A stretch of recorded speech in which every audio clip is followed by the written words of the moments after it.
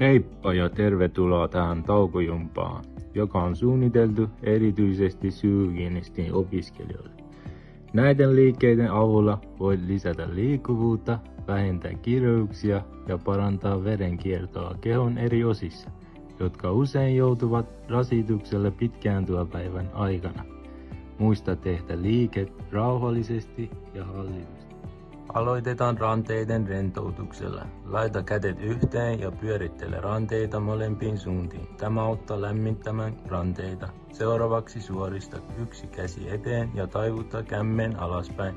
Vedä toisella kädellä sormista varovasti itseesi. Tunte venytyksen ranteessa. Pidä hetki ja taivuta kämmen sisäänpäin. Toista sama liike myös toisella kädellä. Sitten siirrytään niskan rentoutamiseen. Voit seistä tai istua rennosti, kädet vapaina vierelläsi. Aloitetaan piirtämällä nenällä pieniä ympyröitä ilmaa eteesi.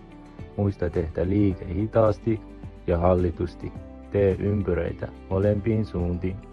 Seuraavaksi aseta molemmat kädet niskan taakse tukien päätä. Nosta nenää kohti kattoa rauhallisesti.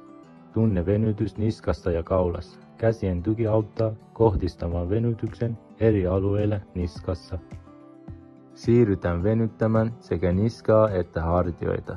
Aseta toinen käsi selän taakse 90 asteen kulmaa.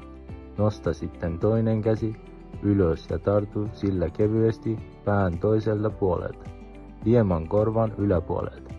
Vedä päätä varovasti sivulle ja samalla rentoutaa olkapäätä alaspäin, jotta tunnet venytyksen niskassa ja hartiossa.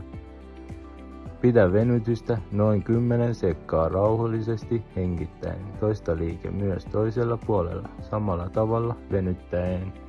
Seuraavaksi venytetään käden sisäpuolta olkapäästä sormiin asti. Seiso tukevasti jalat hieman erillään, vie kädet lantion kohdalle ja taivutta kämmeniä ranteista ylöspäin, venyttäen niitä. Pidä tämä asento ja nosta kädet ylös hartioiden korkeudelle, säilyttäen saman venytyksen. Tunne venytys koko käsivarressa. Seuraavaksi aloitetaan nostamalla käsi seinälle pysty suoraan. Nojaa kevyesti eteenpäin ja tunne venytys rintakehässä. Siirrä sitten käsi hieman alemmas, lähes vaakatason ja nojaa taas eteen.